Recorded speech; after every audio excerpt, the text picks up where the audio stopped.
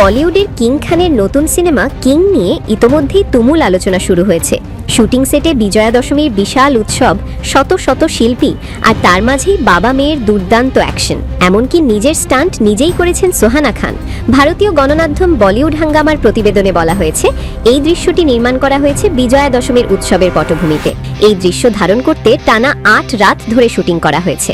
সেটে তৈরি করা হয়েছিল পুরো একটি উৎসবের আবহ। ঢাক ঢোলের শব্দ, রঙের উচ্ছ্বাস আর বিসর্জনের দিনের উত্তেজনায় ভরে উঠেছিল পুরো শুটিং স্পট। সবচেয়ে বড় চমক হলো এই দৃশ্যে দেখা যাবে বাবা ও মেয়ের দুর্দান্ত অ্যাকশন। শাহরুখ খানের মেয়ের চরিত্রে অভিনয় করছেন সুহানা খান। জানা গেছে সুহানা এই সিনেমার কয়েকটি স্টান্ট দৃশ্য নিজেই করেছেন, যা তার জন্য ছিল বেশ চ্যালেঞ্জিং। এই সিনেমার মাধ্যমেই তার বড় পর্দায় অভিষেক হতে যাচ্ছে। এর আগে তিনি অভিনয় করেছিলেন দি আর্চিজ সিনেমায়, যা মুক্তি পেয়েছিল ওটিটিতে। এই সিনেমায় শাহরুখ খানের পাশাপাশি আরও থাকছেন বলিউডের বেশ কয়েকজন জনপ্রিয় তারকা: রানী মুখার্জি, দীপিকা পাডুকোন, অভিষেক বচ্চন, আরশাদ ওয়ারসি। সিনেমাটি পরিচালনা করছেন জনপ্রিয় পরিচালক সিদ্ধার্থ আনন্দ।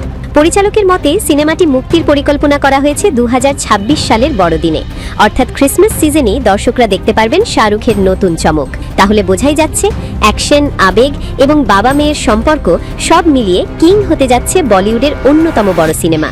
They call him king with the capital K. We say it's okay. I wanna break it away. Just wanna